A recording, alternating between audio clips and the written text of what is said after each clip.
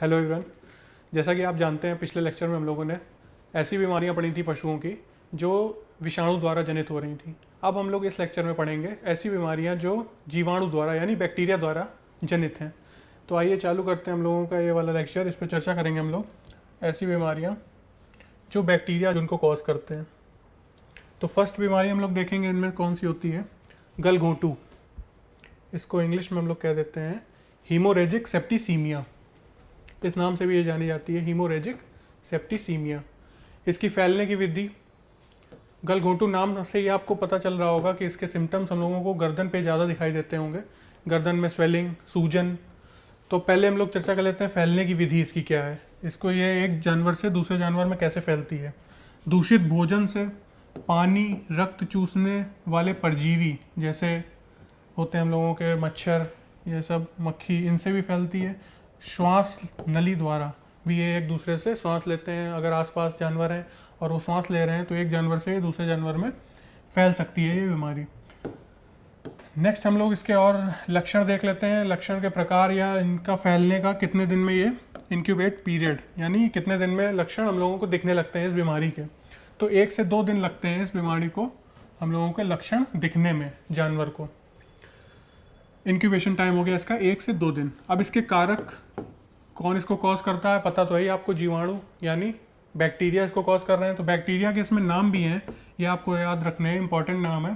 Pasteurella बोविसेप्टिका काऊ में ये करता है हम लोगों का कॉजल ऑर्गेनिज्म, पास्चुरेला बोविसेप्टिका ये गाय में, और पास्चुरेला बोवेलिसेप्टिका ये हम लोगों का कॉज करता है भैंसों में। तो ये अलग अलग हैं, हम लोगों को इसको याद रखना है कि गाय में कौन सा कर रहा है और कौन सा भैंस में कर रहा है। नेक्स्ट हम लोग सिम्टम्स देख लेते हैं, लक्षण। तेज बुखार 107 डिग्री फ़ारेनहाइट, खाना बंद कर देना, सुस्त हो जाना जानवर हमारा, दम घुटना उसका, सांस लेने में तकलीफ होना, सांस लेते हैं जब तो उसमें घर घर की आवाज़ें आना, और गले में सूजन, सख्त सूजन होना, जब दबाते हैं तो उसमें दर्द होना, मुंह, नाक और लसीला द्रव निकलना, पेट और आंतों में सूजन। 12 से 24 घंटे में इसकी अगर हम लोग अच्छे से ट्रीटमेंट नहीं करते हैं या इस बीमारी का हम लोग प्रिवेंशन नहीं अच्छे से करते हैं तो ये 12 से 24 घंटे में हम लोगों के जानवर की इस बीमारी से मृत्यु भी हो सकती है। अब इसका हम लोग देख लेते हैं प्रभावित पशु। प्रभावित पशु कौन कौन से होते हैं? गाय और भैंस इस बीमारी से प्रभावित होती हैं। जो हीमोरेजिक सेप्टिसीमिया बीमारी है गलघोंटू, इससे गाय और भैंस हमारी प्रभावित होती है। इसका रोकथाम, प्रिवेंशन देखेंगे। डेक्सोना की सुई लगाते हैं हम लोग इसमें, डाइडीन सल्फामेजाथोन इसकी हम लोग, या वेटिडीन के 34-60 से 90 मिलीलीटर तक की हम लोग दवाई इंजेक्ट करते हैं। शिरा में सुई तथा सुबह शाम स्टेक्लिन या जेंटेमाइथिसिन एम्पिसिलिन की सुई हम लोग इसमें लगाते हैं। HS सीरम यानी हीमोरेजिक सेप्टिसीमिया सीरम भी हम लोग 100 ml इसमें यूज़ करते हैं।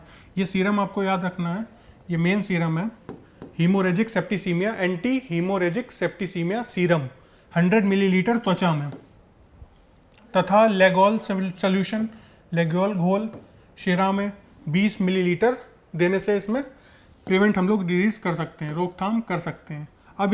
अब ये डिजीज़ हो चुकी है, इसका रोकथाम हम लोग कैसे करेंगे? रोकथाम हम लोग कर चुके, अब हम लोग उपचार करेंगे। अगर ये डिजीज़ हो चुकी है हमारे एनिमल या पशु में तो हम लोग इसका अब उपचार कैसे करेंगे? ऑयल एडजुवेंट 2 से 3 मिलीलीटर गर्दन की मांस में हम लोग इसका टीका लगाते हैं। मई माह में लगाते हैं इसका। पृथकीकरण यानी सेग्रीगेशन, अलगाव भी हम लोग इसका कर देते हैं एनिमल्स का। सफाई, जीवाणु रहित जो एरिया हम लोग जिसमें रह रहे हैं हम लोग पशु, उसको हम लोग जीवाणु रहित कर देते हैं, डिसइंफेक्टेंट कर देते हैं बिल्कुल, कि वहाँ पे अब सफाई रहे, जीवाणु ना रहें। मई जून में वैक्सीन का टीका करते हैं, ये अभी आपको बता दिया गया। दूषित मल मूत्र को चूने के साथ गड़वा देते हैं। जो हम लोगों को डिजीज़ जो हो चुकी है जिस एनिमल्स में, उनका जो मल मूत्र है उनको हम लोग ऐसे खुले में नहीं छोड़ते हैं, उसको हम लोग गड़वा देते हैं। ये हम लोगों का हो गया ट्रीटमेंट। नेक्स्ट हम लोगों की जो डिजीज़ आती है जो हम लोगों के बैक्टीरिया से कॉज करती है, उसको हम लोग कह देते हैं ब्लैक क्वार्टर। बहुत ही खतरनाक डिजीज़ होती है, इसको हिंदी में कहते हैं एक टंगा और जहर बांध, इसको हम लोग ये भी कह देते हैं। तो इसकी फैलने की विधि होती है दूषित चारा, दाना तथा त्वचा रोग, खरोंच के साथ शरीर में प्रवेश करना। कहीं अगर खरोंच लग गई है, कट का निशान आ गया जानवर के, तो वहाँ से बैक्टीरिया प्रवेश कर देता है। लक्षण प्रकट होने का समय 2 से 4 दिन होता है। Incubation period 2 to 4 days. कारक कॉजल ऑर्गेनिज्म इसका क्या है? क्लोस्ट्रीडियम चोवाई। इसका कॉजल ऑर्गेनिज्म क्लोस्ट्रीडियम चोवाई। ये किसमें है? गाय और भैंसों में ये कारक है, ये वेक्टर है बैक्टीरिया का। नेक्स्ट जो है हम लोगों का क्लोस्ट्रीडियम सेप्टिका, ये हम लोगों का भेड़ों और बकरियों में कॉजल ऑर्गेनिज्म है। तो इसको आपको अलग अलग याद रखना है कि कौन सा गाय में है और कौन सा भेड़ बकरियों में है। लक्षण की बात करें अगर हम लोग, अचानक तेज बुखार आना, फिर धीरे धीरे उसका कम होना, जुगाली बंद कर देना। अगर सूजन है तो उसमें अगर हम लोग दबाते हैं उस सूजन को तो चरचराहट की आवाज़ आना, क्रैकिंग साउंड आना, दर्दनाक पेन होना, दर्द होना, पिछले पैरों के ऊपर, यही सब इसमें लिखा है, या जांघों में दर्द भरा सूजन, लंगड़ा कर चलना, लेमनेस आ जाती है, लंगड़ा कर चलते हैं जानवर हम लोगों के। यह सूजन कंधे पर, गर्दन पर भी देखी जाती है। सूजन को दबाने पर चरचराहट, क्रैकिंग साउंड, चरचराहट की आवाज़ आती है और पेनफुल साउंड करती है। हम लोगों का एनिमल जो होता है बहुत पेन, दर्द से चिल्लाता है अगर हम लोग उसकी सूजन को दबाते हैं। सूजन के ऊपर सख्त पपड़ी पड़ जाती है, उसको सूखने पे सूखी चूने गर्म व दुखदाई होती है तथा वायु उसमें भर जाती है। जो हम लोगों की सूजन होती है उसमें वायु भर जाती है। अतिपाती अवस्था में पशु जो है 24 से 46 घंटे में हम लोगों का मर जाता है। जवान पशु में ये जो बीमारी है वो ज़्यादा प्रभावित होती है, ज़्यादा प्रभावित करती है हम लोगों के जवान पशुओं को। तो इसको ब्लैक क्वार्टर को हम लोग इंपॉर्टेंट डिजीज़ है, इसको ध्यान में रखेंगे। अब जो है इसका प्रभावित पशु जो आप जानते ही हैं, गाय, भैंस और भेड़, बकरी इसके प्रभावित पशु हैं। अफेक्टेड एनिमल्स इस डिजीज से कौन कौन से एनिमल अफेक्ट करते हैं? तो गाय, भैंस और भेड़, बकरी। इसका प्रिवेंशन, रोकथाम, इसको इस बीमारी को होने से कैसे हम लोग रोक सकते हैं? तो प्रोक्रेन पेंसिलिन का हम लोग दवाई देते हैं। एंटी BQ सीरम यानी black quarter, anti black quarter serum 100 millilitre त्वचा में। ऑक्सी स्टेक्लिन 40 to 50 मिलीलीटर शिरा में, वेन्स में। फोर्थ क्या है हम लोगों का? सूजन में चीरा लगाकर वायु और रक्त के झाग को निकाल कर टिंचर आयोडीन भर देते हैं हम लोग। जो हम लोगों की जहाँ पे सूजन है, अगर हम लोगों के पीछे जानवर के बैक क्वार्टर में सूजन है तो हम लोग उसको चीरा लगा के उसमें हम लोग टिंचर आयोडीन का सॉल्यूशन भर देते हैं, जिससे वो ठीक हो जाता है। उसकी हवा निकाल कर, जो उसमें सूजन में हवा भर दी जाती है, भरी होती है। अब इसका उपचार क्या करते हैं हम लोग, वो भी देख लेते हैं। BQ वैक्सीन फॉर्मलेटिल BQ वैक्सीन 5 मिलीलीटर गर्दन पर, गर्दन की त्वचा पर। सेकंड क्या है? मृत पशु शरीर संपर्क में आई मिट्टी, बिछावन को हम लोग जमीन में गाड़ देते हैं। मृत पशु में जो हम लोगों की जो उसको एक कांटेक्ट में जो जितनी भी चीज़ें आई हैं उन लोगों का हम लोग ज़मीन में अच्छे से गाड़ देते हैं, उसको खुला नहीं छोड़ते हैं जिससे वो और किसी को अफेक्ट ना करे। तीसरा हम लोगों का क्या है? सफाई तथा स्थान का जीवाणु हनन, उस जगह को हम लोग डिसइंफेक्टेंट कर देते हैं, उस जगह के सारे बैक्टीरिया को जो हम लोग उनका नाश कर देते हैं। सेग्रीगेशन, पृथकीकरण, जो अफेक्टेड एनिमल्स है जिसमें बीमारी हो गई है उसको हम लोग अलग कर देते हैं। उस एनिमल्स को हम लोग और एनिमल से, फ्रेश एनिमल से अलग कर देते हैं। नेक्स्ट हम लोगों का है चारागाह। चारागाह में पशुओं को जाने से रोकना। पशुओं को हम लोगों का चारागाह से जाने से रोक देते हैं। ऐसे एनिमल्स जो अफेक्ट हो रहे हैं उनको हम लोग चारागाह में जाने से रोक देते हैं। नेक्स्ट जो हम लोगों की डिजीज़ आती है जॉन्स डिजीज़, इसको हम लोग जॉन्स डिजीज़ कहते हैं। पुराना अतिसार सूखा रोग भी इसको हम लोग हिंदी में कहते हैं। इसकी फैलने की विधि क्या होती है? रोगग्रस्त पशु के मल के संपर्क में आने से या दूषित चारे से, पानी से और गंदगी से।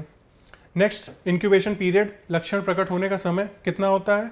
6 से 8 महीने तक इसके लक्षण जो है हम लोगों को जानवर में दिखने को मिलते हैं। नेक्स्ट हम लोग इसका कारक देख लेते हैं बैक्टीरिया का। इसका क्या नाम होता है? माइकोबैक्टीरियम इसके बैक्टीरिया का नाम होता है। Causal organism Mycobacterium. सिम्टम्स की बात कर लें, रोग लंबी अवधि का है, भूख सामान्य रहती है इस पीरियड में। जब हम लोगों को इस एनिमल्स में ये रोग हो जाता है तो भूख सामान्य रहती है, ना ज़्यादा लगती है ना कम लगती है। पानी अधिक पीता है जानवर, जब बीमार हो जाता है तो पानी अधिक पीने लगता है। शरीर में रक्त की कमी हो जाती है। कमजोरी, पशु से दुर्गंध आने लगती है। दस्त भी होने चालू हो जाते हैं उसको। जबड़े के नीचे सूजन, शरीर में जल का अभाव, आंखें धसी हो जाती हैं और महीने बाद कमजोरी। पानी की कमी से मृत्यु भी कभी कभी हम लोगों को इसमें देखने को मिल जाती है। अब इसमें बात कर लें प्रभावित पशु कौन कौन से अफेक्टेड एनिमल्स होते हैं, किन किन में ये बीमारी लगती है। भैंस, भेड़ और बकरी इस बीमारी से अफेक्ट होते हैं। नेक्स्ट इसका हम लोग देख लें रोकथाम, कैसे इसको हम लोग रोकते हैं, प्रिवेंशन इसका कैसे करते हैं। किसी दवा से लाभ नहीं होता है इसमें इस बीमारी में किसी भी दवा से लाभ नहीं होता है। स्ट्रेप्टोमाइसिन 1 से 2 ग्राम प्रतिदिन हम लोग देते हैं इसमें, लंबी अवधि तक हम लोग इसको देते रहते हैं, शायद इससे कुछ हम लोगों का जानवर ठीक हो सके। छोटे पशुओं में क्लोरोस्ट्रैप या एंट्रोस्ट्रैप कैप्सूल 3 बार दिन में हम लोग देते हैं इस बीमारी में। नेक्स्ट हम लोग इसका देख लेते हैं उपचार इसके क्या क्या हैं। पृथकीकरण, सेग्रीगेशन सभी बीमारियों में मोस्टली हम लोग करते ही हैं। सफाई, जीवाणु हनन, बैक्टीरिया का डिसइंफेक्टेंट करना उस जगह से। दूषित चारागाह का प्रयोग नहीं, दूषित चारागाह का हम लोग अगर वो चारागाह अच्छा नहीं है तो उसका हम लोग प्रयोग नहीं करते हैं। बच्चों में वीनिंग प्रणाली से आप क्या समझते हैं, जब जो हम लोगों का गाय से बच्चा होता है, अगर गाय हम लोगों की अफेक्टेड है इस डिजीज़ से, तो हम लोग उसका बच्चा जैसे ही वो ब्याती है अपने बच्चे को, तो उसको हम लोग अलग कर लेते हैं, उससे अलग करके पालते हैं। उसके साथ हम लोग गाय के साथ उसके बच्चे को नहीं पालते हैं, तो उस सिस्टम को हम लोग कह देते हैं वीनिंग सिस्टम। उस बच्चे को अलग ही हम लोग पालते हैं, अलग से दाना चाना सब कुछ देते हैं, दूध देते हैं। उस बच्चा देने के बाद उसकी माँ से उसका कोई संबंध हम लोग नहीं रखते हैं। इसी सिस्टम को हम लोग कह देते हैं वीनिंग प्रणाली। नेक्स्ट हम लोगों की डिजीज़ देखने को कौन सी मिलती है, टीबी, ट्यूबरक्लोरोसिस। इससे आप लोग काफ़ी परिचित डिजीज़ है, ये काफ़ी देखने को मिलती है, काफ़ी नाम सुनने को मिलता है। टीबी, क्षय रोग, इसको हिंदी में कहते हैं क्षय रोग। इसकी फैलने की विधि क्या होती है, रोग ग्रसित आहार, पानी, सांस द्वारा, त्वचा द्वारा, घाव से, थनों द्वारा और ब्रीडिंग, संभोग द्वारा भी इसको ये देखने को मिलता है कि हम लोग ये डिजीज़ फैलती है। लक्षण, इंक्यूबेशन टाइम इसका कई महीनों तक रहता है, कई महीनों बाद हम लोगों को इसको लक्षण देखने को मिलते हैं। क्या होते हैं, बहुत कमज़ोर हो जाता है हम लोगों का पशु, जैसे कि आप इमेज में देखने को मिल रहा है, बहुत ज़्यादा कमज़ोरी आ जाती है, लेसेंस हो जाते हैं। नेक्स्ट हम लोग देख लेते हैं कारक इसका, कॉजल ऑर्गेनिज्म क्या है। कॉजल ऑर्गेनिज्म का इसके नाम क्या है, माइकोबैक्टीरियम ट्यूबरक्लोरोसिस इसके कारक का नाम है, कॉजल ऑर्गेनिज्म का नाम है माइकोबैक्टीरियम ट्यूबरक्लोरोसिस। ये बोवाइन किस्म में होता है, 2 से 5 माइक्रोन का इसका ये बैक्टीरिया का साइज होता है। नेक्स्ट सिम्टम, फेफड़ों का क्षय रोग, फ्लूरो व लिम्फ ग्रंथियों का कफ भर जाना, इनमें कफ भर जाता है, सांस लेने में कष्ट देना, ज्वर, बुखार हो जाता है, ज्वर का घटना बढ़ना, बुखार का आना जाना लगा रहता है, सुस्ती, पसलियों में दबाने पर दर्द होना, प्यास की कमी, प्यास न लगना, भूख और प्यास दोनों खत्म हो जाती है इस बीमारी में। दूध पतला आने लगता है, फट जाता है, फटा सा उसका टेक्सचर हो जाता है, पीले रंग का हो जाता है, और दूध का जो एवरेज जितना भी आता है वो देती है उस गाय, उसका कम आने लगता है, उस लैक्टेशन जो है हम लोगों का दूध का कम हो जाता है, घट जाता है इस बीमारी के होने के बाद। प्रभावित पशु, अफेक्टेड एनिमल्स कौन कौन से होते हैं, गोवंश, बोवाई किस्म, पक्षियों में ओवाइन किस्म, मनुष्य में ह्यून किस्म जो होती हैं अफेक्टेड होती हैं। रोकथाम इसका, स्ट्रेप्टोमाइसिन हम लोग इसको देते हैं 2 से 5 ग्राम दर से मांसपेशियों में इसका हम लोग इंजेक्ट कराते हैं। स्ट्रेप्टोपेंसिलिन, ड्राइक्स्ट्रीन इसका भी हम लोग यूज़ करते हैं, 20 से 40 मिलीलीटर मांस में प्रतिदिन हम लोग इसको इंजेक्ट कराते हैं इस डिजीज़ में। अब इसका उपचार देख लेते हैं हम लोग, और क्या क्या उपचार है। Bacillus Calmette and Guerin, BCG जिसको हम लोग शॉर्ट फॉर्म में कहते हैं, का स्वस्थ पशु में 6 से 5 माह पर टीका हम लोग लगातार कराते रहते हैं। ये कितने दिन तक चलता है, 2 वर्ष के बाद हम लोग इसको फिर से रिपीट करते हैं। सेकंड क्या है उपचार इसका, रोगग्रस्त आहार व पानी को नष्ट कर देना, जो रोगी ने खाया है, जो रोगी पशु ने हम लोगों का आहार खाया है, उसको हम लोग दूसरा कोई उसके कांटेक्ट में ना आ पाए इसलिए उसको आहार को नष्ट कर देते हैं।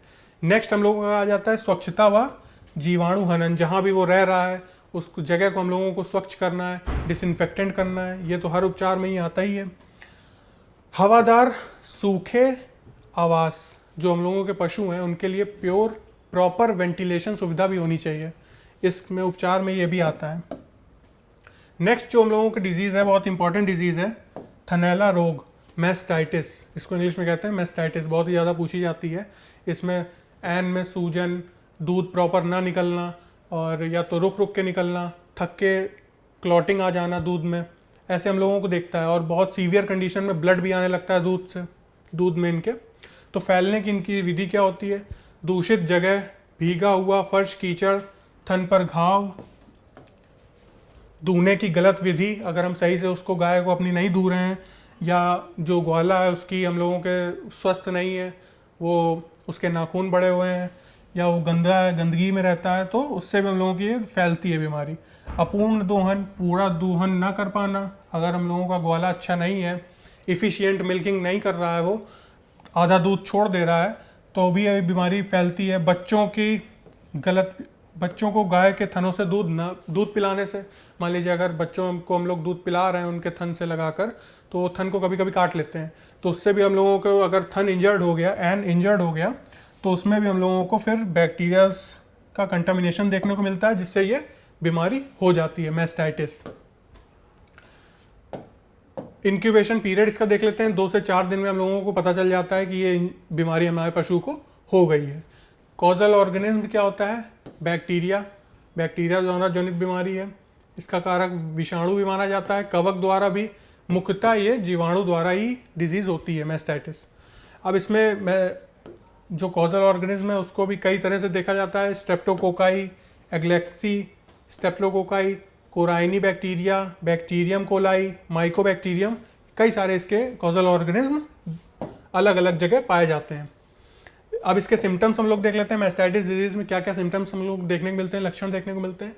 थन पर सूजन, कड़ापन, गर्म दोहन, जब हम लोग दूहते हैं तो कष्टदायी साउंड प्रोड्यूस करता है हमारा एनिमल्स। थन कड़े हो जाते हैं, मुलायम नहीं रहते हैं, उनमें सूजन आ जाती है, दूध का पतलापन, फुटकी आने लगती है, वही क्लॉटिंग आने लगती है दूध में, दूध का रंग पीला हो जाता है, गंभीर अवस्था में दूध से खून भी आने लगता है, दूध का निकलना, कभी कभी जब बहुत ज़्यादा इसको बीमारी बढ़ जाती है तो ये दूध का निकलना भी बंद हो जाता है, पूरा वो टीट कैनाल जो हम लोगों की होती है एन में, वो जाम हो जाती है। हल्का ज्वर, फीवर भी आ जाता है। यदि उपचार ना हुआ तो एन हमेशा के लिए कड़ा तथा दूध बंद हो जाता है। अगर इसका उपचार सही टाइम पे हम लोग नहीं करेंगे तो ये बीमारी बढ़ जाती है और गाय दूध देना बिल्कुल बंद कर देती है। अब प्रभावित पशु, अफेक्टेड एनिमल्स कौन कौन से होते हैं? गाय, भैंस, बकरी, इसकी अफेक्ट होती है इस बीमारी से, मैस्टाइटिस उसमें देखा जाता है। प्रिवेंशन कैसे करेंगे, रोकथाम कैसे करेंगे इस बीमारी की? एन को गर्म पानी से, जिसमें मैक्सल्फ या बोरिक अम्ल मिला हो, उससे हम लोग धोते हैं एन को, थन को। थन साइफन, टीट साइफन जिसको हम लोग कहते हैं, एक इंस्ट्रूमेंट होता है टीट साइफन, इंजेक्शन की तरीके ही होता है, उसको हम लोग टीट कैनाल में, जो थन में निकले होते हैं जहाँ से दूध आता है, उसमें हम लोग इंजेक्ट कराते हैं, जिससे कभी कभी क्लॉटिंग जो हो जाती है, दूध नहीं आ पा रहा है, टीट में क्लॉटिंग हो गई है, दूध नहीं निकल पा रहा है उस थन से, तो हम लोग उस साइफन से, टीट साइफन जो होता है हम लोगों का इंजेक्शन, उससे हम लोग क्लॉटिंग साफ कर देते हैं और दूध आने लगता है उस थन से।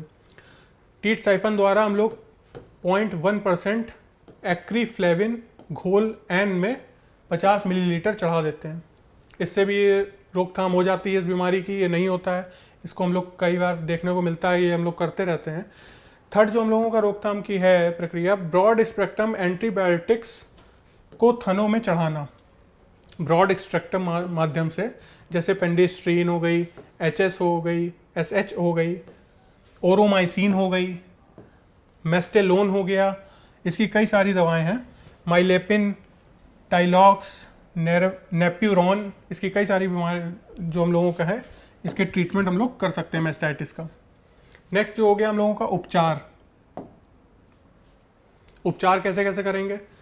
अगर ये हम लोगों को अफेक्ट कर गई है हमारे पशु को, तो पशु की जगह साफ स्वच्छ रखना, जहाँ वो बैठता है उठता है वहाँ पे उसकी समय समय पर सफाई करते रहना, गंदगी ना हो, थन पर घाव ना होने दें किसी भी तरह से। अगर दूध दूह रहे हैं तो भी थन में हम लोग ऐसे बरतें कि हम लोगों के थन में उसके पशुओं के घाव ना हो पाएँ, पूरी हम लोग ध्यान रखें इस बात का। स्ट्रिप कप टेस्ट, इसमें मैस्टाइटिस डिजीज़ में ये बहुत इंपॉर्टेंट है। स्ट्रिप कप टेस्ट, इसका क्या यूज़ होता है ये हम लोग देख सकते हैं, जो इमेज बनी है स्ट्रिप कप टेस्ट, ये 4 कप बने हुए हैं। इसमें हम लोगों को देखने को मिलता है कि हम लोग 4 थन होते हैं पशु के, तो चारों थनों से अलग अलग राइट लेफ्ट अबब वाला, लेफ्ट वाला अबब, राइट वाला अबब, बिलो राइट, बिलो लेफ्ट, सारे दूध हम लोग एक एक कप में निकाल लेते हैं। और कौन सा थन हम लोगों का ग्रसित है इस बीमारी से, कभी कभी ऐसा भी देखने को मिलता है कि एक थन ग्रसित है तो हम लोग उसी को ठीक कर लेते हैं। अगर हम लोग ज़्यादा दिन उसमें नहीं ध्यान देते हैं तो ये थन की बीमारी फैल जाती है और 1 से 2 में, 2 से 3 में, 3 से 4 में चारों थन हम लोगों को ग्रसित हो जाते हैं। तो अगर हम लोग समय रहते इसका पता लगा लेते हैं तो शायद एक ही थन में हुई हो ये बीमारी, तो उसका दूध हम लोग सब थनों का अलग अलग कप में निकाल लेते हैं और उसका फिर परीक्षण लेबोरेटरी में कर लेते हैं कि कौन सा थन ग्रसित है हम लोगों का इस बीमारी से, और उस थन का हम लोग फिर ट्रीटमेंट कर लेते हैं। और उस थन से जो ग्रसित होता है उस थन से हम लोग दूध भी फिर नहीं निकालते हैं, हम लोग अदर थन से दूध निकाल लेते हैं। उसका जब तक ट्रीटमेंट करके हम लोग उसको ठीक कर लेते हैं तब तक उसको वैसे ही रहने देते हैं। जो हम लोगों की राष्ट्रीय डेयरी अनुसंधान नेशनल डेयरी इंस्टीट्यूट है, वहाँ पे विकसित की गई है ये SL वैक्सीन, SL टेस्ट। इससे भी हम लोग परीक्षण करते हैं कि कौन सी थन में जो हम लोगों का रोग ग्रसित है। नेक्स्ट जो है बच्चे को जो हम लोग रोग ग्रसित पशु होता है उससे हम लोग दूध उसको नहीं देते हैं। बच्चों को हम लोग ऐसी एनिमल से दूध नहीं देते हैं जो मैस्टाइटिस ग्रसित हैं, जिनमें ये डिजीज़ है। नेक्स्ट हम लोग चलेंगे जहरी बुखार। नेक्स्ट डिजीज़ है हम लोगों की बहुत ही एक्यूट डिजीज़ को कह सकते हैं कि इसमें मॉर्टेलिटी रेट बहुत ज़्यादा हो जाता है अगर ये बीमारी हो गई हम लोगों के पशु को। तो इसमें क्या होता है, फैलने की विधि कैसे होती है, रोगग्रस्त जीवाणु, दूषित भोजन, पानी, घाव द्वारा, मक्खी मच्छर द्वारा भी एक दूसरे से जानवरों में फैल जाते हैं। उनके चूसने से एक जगह वो रक्त चूस के गए, दूसरे एनिमल्स में उन्होंने अगर फैला दिया वहीं जाके, तो ये दूसरे एनिमल में भी अफेक्ट कर जाता है। लक्षण प्रकट होने का समय, इंक्यूबेशन टाइम इसका देख लेते हैं क्या होता है। 2 से 3 दिन में ये दिखाने लगती है डिजीज़ कि इसमें ये डिजीज़ इस जानवर में ये हो गई है। नेक्स्ट कारक, कॉज बैक्टीरिया करता है। बैक्टीरिया का नाम क्या है, बैसिलस एंथ्रेसिस। ये बहुत ही इंपॉर्टेंट है, इसका आपको बैक्टीरिया का नाम याद रखना है, बैसिलस एंथ्रेसिस इसको कॉज करता है। इसके सिम्टम क्या देखने को मिलते हैं इस डिजीज़ में, तेज बुखार हो जाता है 105 डिग्री फ़ारेनहाइट का, मुंह और नाक से खून निकलने लगता है, दम घुटना, पेट दर्द, गर्दन, छाती और कोख में सूजन, कपकपाना, ट्रेम्बलिंग इन बॉडी, कपकपाने लगती है बॉडी, सही से वो चल नहीं पाता है, दांत पीसना, लगातार वो दांत पीसने लगते हैं, गोबर के रास्ते झागदार काला दस्त रक्त निकलता है हम लोगों का। और इसमें हम लोगों ने कहा जैसे कि मॉर्टेलिटी रेट बहुत ज़्यादा होता है, तो इसमें अगर ये डिजीज़ हो गई हमारे पशु में तो उसकी शीघ्र मृत्यु हो जाती है। ये इसके लक्षण हो गए। अब हम लोग देख लेते हैं प्रभावित पशु, अफेक्टेड एनिमल्स, किस किस में ये डिजीज़ अफेक्ट करती है। गाय, भैंस, भेड़ और बकरी में यह डिजीज़ अफेक्ट करती है। इसके रोकथाम, प्रिवेंशन क्या क्या है। प्रभावशाली उपचार इसका कोई नहीं है। इसमें मॉर्टेलिटी रेट नियरली 90% हो जाती है, मॉर्टेलिटी रेट, मृत्यु दर 90% तक चली जाती है। तो इसका कोई भी, अगर एक बार बीमारी हो गई तो इसका उपचार जल्दी नहीं मिलता है। वैसे हम लोग करते हैं, ऑक्सीस्टेक्लिन के सुई शिरा में, वेन्स में हम लोग लगाते हैं, 40 से 50 मिलीलीटर 24 घंटे के अंतर पे देते हैं हम लोग। एंटी एंथ्रैक्स सीरम भी हम लोग लगाते हैं त्वचा में, एंटी एंथ्रैक्स सीरम त्वचा में 100 से 150 मिलीलीटर तक हम लोग इसको देते हैं। नेक्स्ट जो हम लोग उपचार देख लेते हैं इसका क्या होता है, ट्रीटमेंट। मरे पशु को चूने के साथ गहरा गड़वा देना जिससे ये बीमारी आगे ना फैले। बहुत ही घातक बीमारी है तो इसको हम लोग तुरंत गड़वा देते हैं आगे, या तो उसको जलवा देते हैं, जो कैरकैस है, डेड बॉडी है, उसको हम लोग तुरंत जलवा देते हैं। अलगाव, सेग्रीगेशन हम लोग कर देते हैं, तुरंत उस एनिमल को अलग कर देते हैं जिसमें ये बीमारी हो चुकी है, अफेक्ट कर चुकी है। पृथकीकरण, मल मूत्र रक्त बिछावन जितना भी जो भी अफेक्टेड एनिमल्स का रहता है सब हम लोग जलाकर उसको हटवा देते हैं वहाँ से तुरंत। नेक्स्ट हम लोगों का सफाई, जीवाणु रहित उस जगह को हम लोग साफ करवा देते हैं। स्पोर वैक्सीन का भी हम लोग यूज़ करते हैं कभी कभी, गर्दन और त्वचा में बचाने की हम लोग कोशिश करते हैं अपने पशु को स्पोर वैक्सीन से। स्पोर वैक्सीन कितनी देते हैं, कितनी मात्रा में, 1 मिलीलीटर गर्दन पर हम लोग लगाते हैं, सबकुटेनियस त्वचा पर। Thanks for watching. आपकी जीवाणु रहित डिजीजेस जो हम लोगों की बैक्टीरिया से कॉज होती हैं वो यहीं पे ख़त्म होती हैं। नेक्स्ट वीडियो में मिलते हैं हम लोग नेक्स्ट टॉपिक के साथ। Thank you.